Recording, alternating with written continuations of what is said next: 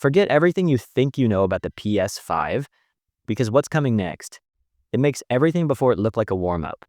We're talking sequels that nobody saw coming, comebacks that nobody predicted, and brand new games that could change everything, 18 of them. And I'm breaking down every single one. Okay, let's talk about the big one, Grand Theft Auto 6. This is the game everyone has been waiting for, and I mean everyone. Rockstar Games has been working on this for over 10 years? Yeah, 10 years. That's probably longer than some of you have been alive. And the whole time, people were still playing GTA 5 like it just came out yesterday. So, where are we going this time?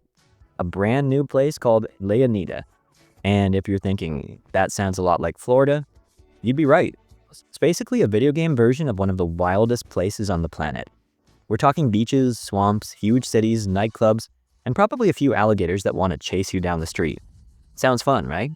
Oh, and here's the cool part. This time, you don't just play as one character. You play as two. Their names are Jason and Lucia. Think of them like a team that gets into a lot of trouble together. Like, a lot of trouble. Now, Rockstar only showed us one trailer so far. Or just one. And people went absolutely crazy over it. They were looking at every tiny detail like it was a treasure map. But honestly, this is the same studio that made Red Dead Redemption 2, which is one of the best games ever made. So yeah, I think we're in good hands. This is easily one of the most exciting games coming out this year. And when it finally drops, the internet is going to explode. All right, this one has me so pumped. Insomniac Games, the amazing team that made both Spider-Man games, is now making a game about Wolverine. And if you don't know who Wolverine is, he's basically the toughest, coolest superhero in the X-Men. He's got these super sharp metal claws that pop out of his hands, and he can heal from pretty much anything. He's awesome. Now, think about how good it felt swinging around New York City as Spider-Man. The buildings, the speed, the action, it was incredible. Now imagine that same level of quality, but instead of swinging, you're slashing through everything with giant claws. Yeah, this game is going to be intense. Here's what I'm hoping for, though. I don't just want this to feel like Spider-Man with claws. I want it to feel completely different. Wolverine is a tougher, grittier character. He's not cracking jokes while flying through the air. He's the kind of hero who walks into a room and everybody else gets nervous. I want the game to match that energy, but you know what? Even if it just plays it safe, it's still Insomniac. These guys haven't made a bad game yet. And Wolverine running around with PS5 graphics, those claws are going to look so real, you might flinch when they come out. I seriously cannot wait for this one. Oh boy. Okay, The Witcher 4. This one is a big deal, and let me tell you why. The Witcher 3 is one of those games that people absolutely love. Like, talk about it for 10 years straight. Kind of love. It had an amazing story, a giant world to explore, and a main character named Geralt, who was just the coolest monster hunter ever. The studio behind it, CD Projekt Red, became legends because of that game, but then they made Cyberpunk 2077. And when that game first came out, it had a lot of problems. Like, a lot.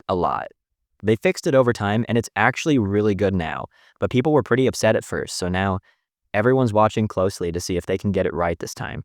Here's the exciting part, though. In The Witcher 4, we're playing as a new character named Ciri. She was in The Witcher 3, and she's seriously awesome. She's brave, she's strong, and she has these really cool teleportation powers where she can basically blink from one place to another. Playing as her could feel totally fresh and different. They're also building this game with brand new technology called Unreal Engine 5, which means it's going to look absolutely stunning. Like, jaw on the floor beautiful. I really hope they take their time and make sure this game works perfectly when it comes out. Because if they get it right, this could be something truly special. Okay, first of all, how cool is that name? Intergalactic, the Heretic Prophet. That sounds like the title of the most epic sci-fi movie ever made. And it's a video game made by Naughty Dog. If you don't know who Naughty Dog is, they're the studio behind The Last of Us and Uncharted. Basically, everything they make turns into gold. But this time, they're doing something totally different. No more zombies, no more treasure hunting. This time, we're going to space. The main character is a woman named Jordan, and she's stuck on a mysterious planet that nobody has been able to leave for over 1,000 years. 1,000! That's not just being stuck, that's being mega ultra stuck. Whatever is keeping people trapped there has got to be seriously scary. Now here's the thing. Naughty Dog has never made a space game before. They've always made games set on Earth with regular people. So jumping into a whole new world like this is a really bold move. It's like if your favorite pizza place suddenly started making sushi. It could be amazing, or it could be really weird. But if any studio can pull this off, it's Naughty Dog. These are some of the most talented game makers on the planet. And honestly, I love that they're trying something brand new. Give me aliens, give me mystery, give me space adventures. Just maybe keep the tissues nearby. Because Naughty Dog always finds a way to hit you right in the feelings. James Bond is back in video games. And before you say anything, yes, I know. Bond games haven't been great in a really, really long time. The last truly amazing one was GoldenEye, and that came out way back in the late 90s. That's almost 30 years of maybe this one will be good. And then it wasn't. So yeah, I'm being careful with my excitement here. But there's one big reason this time might actually be different. This game is being made by IO Interactive. And if that name doesn't ring a bell, they're the people who made the Hitman games. Those games are all about being super sneaky, wearing cool outfits, and taking down bad guys in really creative ways. And guess what James Bond does? Pretty much the exact same thing. It's a perfect match. The best part? This isn't based on any movie. It's a completely brand new James Bond story. That means the developers can do whatever they want. No copying scenes from films, no weird recreations, just a fresh spy adventure with cool gadgets, fast car chases, and probably at least one moment where something blows up behind Bond while he walks away looking like the coolest person alive. What I'm really hoping for is that they make this game feel like you're actually a secret agent, not just another shooting game with a Bond sticker slapped on it. IO Interactive, you've got the skills, you've got the perfect studio for this. Please, please make this the Bond game we've been waiting 30 years for. Okay, Crimson Desert. Every single time they show a new trailer for this game, my jaw just drops. It looks incredible. It's made by a studio called Pearl Abyss, and they're known for making really beautiful online games. But this time, they're doing something totally different. This is a full single-player adventure, and it looks absolutely wild. You play as a guy named Cliff. He's this tough warrior leading a group of mercenaries through a really dangerous fantasy world. And when I say the action looks crazy, I mean crazy. We're talking sword fights, giant monster battles, and get this. At one point, Cliff literally picks up a giant creature and body slams it like a professional wrestler in a fantasy game. I didn't even know I wanted that, but now I need it. Now here's the thing I'm a little worried about. This studio has never made a story-driven single-player game before. They know how to make fighting feel amazing and how to make a world look gorgeous. But can they tell a story that actually makes you care about the characters? Because cool combat and pretty scenery can only carry a game so far. If the story isn't interesting, it won't feel as special. But you know what? I respect the ambition. This game looks nothing like what you'd expect, and that kind of boldness deserves a chance. March is right around the corner, so we're about to find out really soon. Either this is going to be a massive surprise hit, or a really beautiful letdown. No pressure, Pearl Abyss. No pressure at all. The Blood of Dawnwalker. Even the name sounds epic, like something straight out of a spooky storybook. And here's what makes this game extra interesting. It's being made by a brand new studio called Rebel Wolves. And the people who started this studio, they used to work at CD Projekt Red. Yep, the same folks who helped make The Witcher 3, one of the greatest RPGs ever. So yeah, my attention, they've got it. From what we know so far, this is a dark fantasy game set in a world inspired by old Eastern Europe. And it's got vampires, but not the friendly, sparkly kind you see in movies. Nope, these are scary vampires. The hide under your blanket kind. The lock every door in your house kind. The whole vibe of this game is dark, moody, and super creepy, which is exactly the kind of thing these developers are known for. But let's slow down for a second. This is a brand new team. Their very first game together. Sure, each of these people made awesome stuff before at other studios, but working together as a new team is a whole different challenge. It's like if you grab the best players from 5 different soccer teams and put them together. They're all talented, but they've never played as a unit before. Chemistry takes time. I really, really want this to be great. The gaming world needs more dark, creepy, ambitious games that aren't afraid to go all in. But until I see actual gameplay, not just trailers, I'm going to keep my excitement at a healthy level. Show us what you've got, Rebel Wolves. We're ready. Saros. Now, this is a game that most people haven't even heard of yet. And honestly, that might be what makes it so exciting. It's being developed by a studio called Ballistic Moon, and it's published by Sony. And when Sony decides to put their money behind a brand new game from a newer studio, That usually means they see something special. So what is Saros? It's a sci-fi thriller. Think space stations, big mysteries, and choices that actually change what happens in the story. You know those intense movies where you're screaming at the screen going, "Don't open that door"? Well, in this game, you're the one deciding whether to open the door. And let me tell you, every door probably leads to something terrifying. Now, here's the tricky part. We don't know a whole lot about this game yet, and that makes me feel two things at once. On one hand, I'm excited. There's nothing better than going into a game totally blind and being completely surprised. On the other hand, when a game isn't showing much, sometimes it's because it's not quite ready yet, and that makes me a little nervous, but Sony has been really smart about supporting new ideas lately. They've taken chances on games nobody expected, and some of those turned out to be amazing. If Saros delivers a tight, gripping story where your choices genuinely matter, this could be one of those hidden gems that everyone talks about after it comes out. The kind of game where you message your friend at midnight going, "You have to play this. April is coming. Let's see what's behind that door. Onimusha is back." Okay, if you're younger, you might not know what Onimusha is, so let me fill you in. Way back in the early 2000s, Capcom made this awesome series of games where you played as a samurai fighting demons in ancient Japan. They were fast, they were fun, and they were seriously cool. And then, Capcom just stopped making them for almost 20 years. 20. They just left Onimusha sitting in the corner while they made a ton of Resident Evil games. Not that I'm upset about it, okay? Maybe I'm a little upset, but now it's finally coming back, and it's called Way of the Sword. We're getting epic samurai combat, creepy demons called Genma, and that amazing mix of Japanese history and spooky supernatural stuff that made the original so awesome. And here's the really good news. Capcom has been on an absolute hot streak lately. Monster Hunter, Resident Evil remakes, Devil May Cry 5, they've been knocking it out of the park over and over again. These guys just do not miss right now. My one worry? Please don't overcomplicate it. What made Onimusha great was how simple and fun it was. You're a samurai, there are demons. You fight the demons, that's it. Don't turn it into some massive open world where I have to collect 500 items and climb a million towers. Keep it focused, keep it exciting, keep it fun. If Capcom brings the same energy they've been bringing to all their recent games, this could be one of the biggest comeback stories in gaming. Old fans are going to be thrilled, new fans are going to discover something awesome, and I'll finally stop being salty about Onimusha being ignored for 2 decades. Probably. Maybe. We'll see. Don't mess this up, Capcom. Pragmata. Oh boy, where do I even start with this one? This game was first shown off back in 2020, and the trailer was one of the most confusing things I've ever watched. It showed an astronaut and a little girl standing on an empty city street. And then things got really weird. The moon started cracking apart. Reality started breaking into pieces, and nobody, and I mean nobody, had any clue what was going on. It was the most confusing 2 minutes of my life, and I've tried to follow math tutorials on YouTube. So that's saying something. This is another game from Capcom, and they have been super quiet about it, like mysteriously quiet. We got that first trailer, then a couple of delays, and then just silence.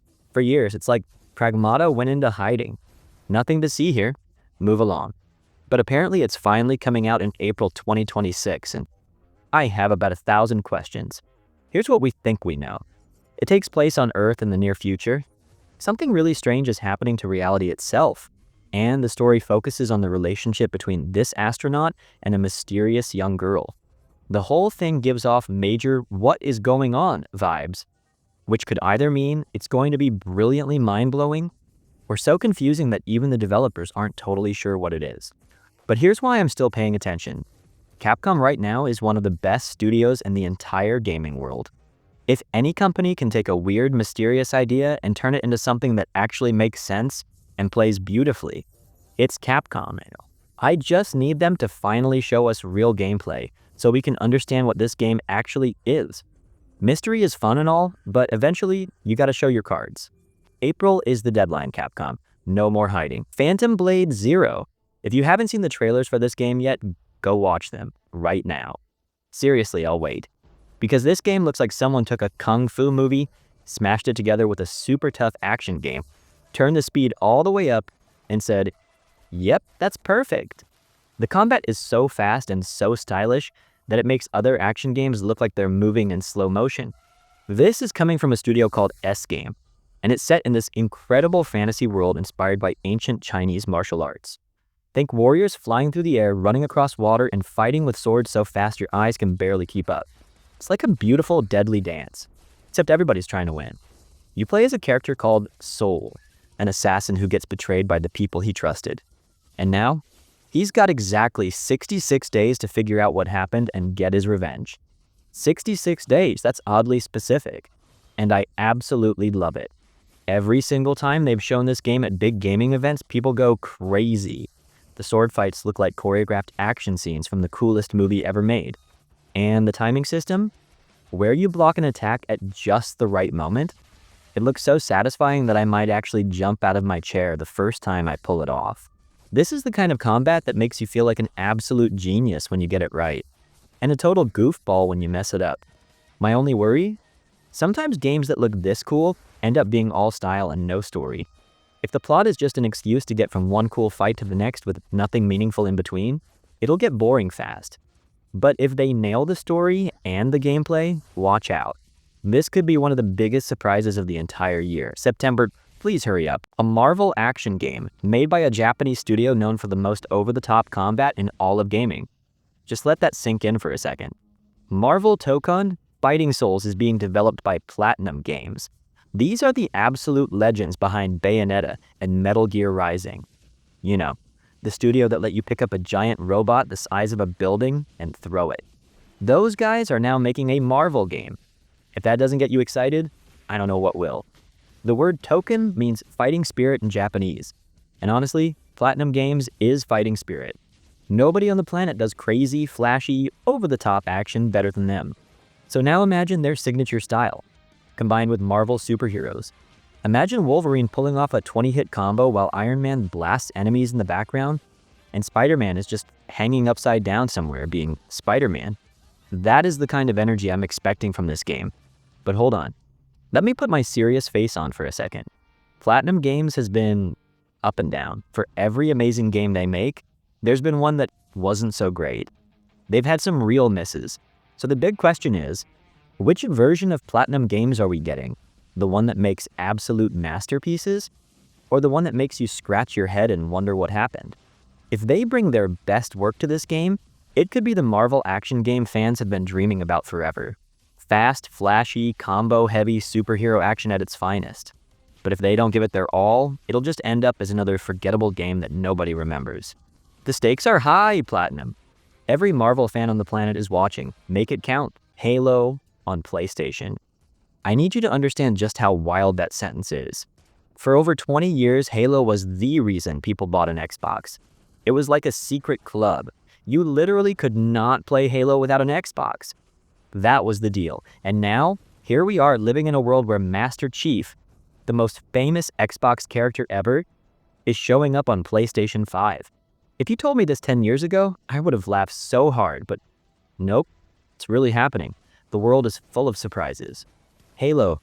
Campaign Evolved looks like it's going to be a fresh start for the series. And honestly, Halo could really use one. Because let's be real, the last Halo game was supposed to be this huge, amazing comeback. And while parts of it were fun, it didn't quite hit the way people were hoping. It was just okay. And okay is not what Halo should be. Halo should be legendary. That's literally the name of its hardest difficulty. Now, for PlayStation players who have never played a Halo game before, you might be in for something really special. When Halo is at its best, it's this perfect mix of epic sci-fi storytelling, huge battles, and shooting that just feels so good. There's a reason people love Master Chief and his AI partner, Cortana. When Halo gets it right, there's nothing else like it. The music alone will give you chills.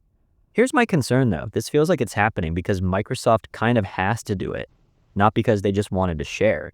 And games that happen because of business decisions don't always turn out amazing. But if the developers use this as a chance to prove that Halo still matters, this could be one of the biggest comeback stories in gaming. Don't let us down, Chief. The whole world is watching this time. Lara Croft is back, and listen, I love Lara. She's been raiding tombs and going on adventures since before most of you were even born. She's basically the queen of adventure games, but can we talk about how this series has been on the wildest ride ever? The original games were iconic. Then things got kind of rough for a while. Then they rebooted the whole thing and it was amazing. Then we got nothing for years. And now suddenly there are 2 new Tomb Raider games announced. With this series, it's either everything all at once or nothing at all. There is no in between. Legacy of Atlantis is going for that classic Tomb Raider feel. We're talking ancient ruins, deadly traps, huge mysteries, and Lara doing things that would make a normal person faint on the spot. And the setting? Atlantis. The legendary lost city that people have been fascinated by for thousands of years. It's the perfect setting for a Tomb Raider game, and I'm honestly surprised it took them this long to use it. Now here's what I really need from this game. I need actual tomb raiding. The recent Tomb Raider games were fantastic, but they started to feel more like action shooters. Lara was fighting huge armies of bad guys like she was in an action movie. And that's cool and all, but what I really want are puzzles. Exploration. That magical moment where you walk into a massive underground chamber and your brain goes, how do I get across that? That is Tomb Raider at its absolute best. If they can balance the exciting action with real exploration and clever puzzles, this could be exactly what the series needs. Lara Croft exploring Atlantis on PS5? Sign me up immediately. Just please. Give her actual tombs to raid this time. It's literally right there in the name. Come on, Control Resonant. Now this is one that has me seriously excited. If you played the first Control game, you already know why. And if you haven't played it, you are missing out on one of the most creative, weird, and brilliantly fun games from the last several years. It didn't get nearly enough attention when it came out, and that's a real shame. Let me catch you up. Control is made by a studio called Remedy Entertainment. These are the same people who made Alan Wake 2, which was basically a masterpiece. Remedy is famous for making incredible games that somehow not enough people know about. It's honestly unfair how good they are and how little credit they get. Anyway, Control is set inside this mysterious government building called the Oldest House. And this is not a normal building. Every room might have different rules of how the world works. Everyday objects can be taken over by supernatural forces, and reality itself is basically glitching out. It's so weird and so cool. Control Resonant is the sequel. And if Remedy does what they do best, this is going to be a mind-bending adventure through the strangest building you've ever seen. The first game let you pick up heavy objects with your mind and throw them at enemies. The action felt incredible. The superpowers felt amazing, and the world was unlike anything else in gaming. If the sequel turns all of that up to 11 with PS5 power, we are in for something truly special. My one fear, that they try to make it too big. The first Control worked so well because it was contained. One mysterious building, endless secrets.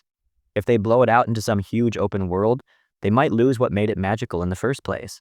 Keep it weird, Remedy. Keep it focused. Keep making games that make me question everything at 2 in the morning. That's your superpower. Don't lose it. 2 Tomb Raider games. We're getting 2. We go years and years without a single one, and now they're giving us 2 almost back-to-back like it's a buy one, get one deal at the store. Tomb Raider. Catalyst is the second one, and from what we can tell, this game is going in a completely different direction than Legacy of Atlantis. While that game is all about ancient myths and classic adventure vibes, Catalyst seems to be pushing Lara into a more modern, high-tech world. Now, I've got mixed feelings about this. On one hand, I actually think it's pretty cool. Having 2 Tomb Raider games that offer 2 totally different experiences is a bold move. It's like the developers are saying, hey, some of you want classic adventure Lara and some of you want modern Lara, so here's both. That takes guts. But on the other hand, making 2 huge games at almost the same time is risky. Because if one turns out great and the other is just okay, everyone is going to compare them. And the weaker one is going to get absolutely torn apart online. Here's what worries me the most. Legacy of Atlantis comes out in fall 2026, and Catalyst is 2027. That could be less than a year apart. Do we really need 2 Tomb Raider games that close together? Because here's the thing. When you release too many games in a series too quickly, people get tired of it. It happened to Assassin's Creed. They were pumping out a new game every single year until people were just exhausted. They eventually had to take a big break because everyone was burned out. I do not want that happening to Lara, but if both games are truly excellent and feel different enough from each other, then this could be an amazing time to be a Tomb Raider fan. 2 great adventures with one of gaming's most legendary characters? That's the dream. Just please don't rush it. Quality matters way more than quantity. Lara deserves the best.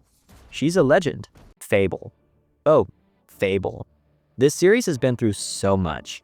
The original Fable games were these fun, quirky, super British RPGs where you could be a hero, a villain, or just some silly person running around a village doing goofy stuff while everyone stares at you. They were funny, they were charming, and they had a personality that no other game could match. Then Fable disappeared. The studio that made it got shut down, and fans just sat there, waiting, for over a decade. Sad times. But now, Playground Games is bringing it back. And here's the interesting part. Playground Games is famous for making the Forza Horizon racing games. Beautiful, amazing racing games, but still racing games. So asking them to make a fantasy RPG is kind of like asking your favorite pizza chef to suddenly start making sushi. Maybe they'll totally nail it. Maybe they've secretly always wanted to make RPGs, but it is a big jump, and big jumps don't always land perfectly.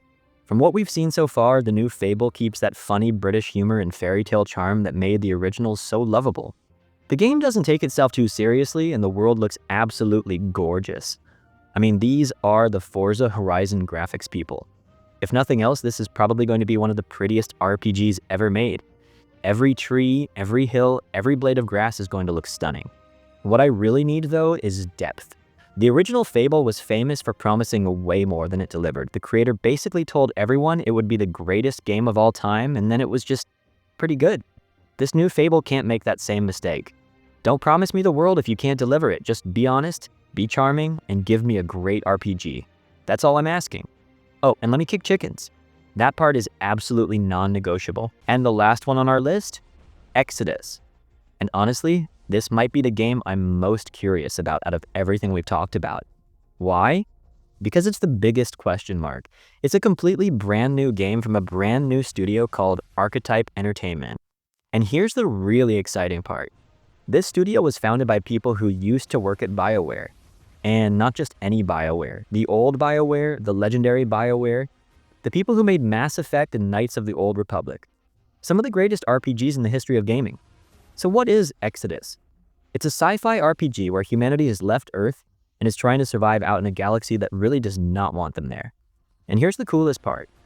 The game uses something called time dilation. That means when you travel through space, time works differently.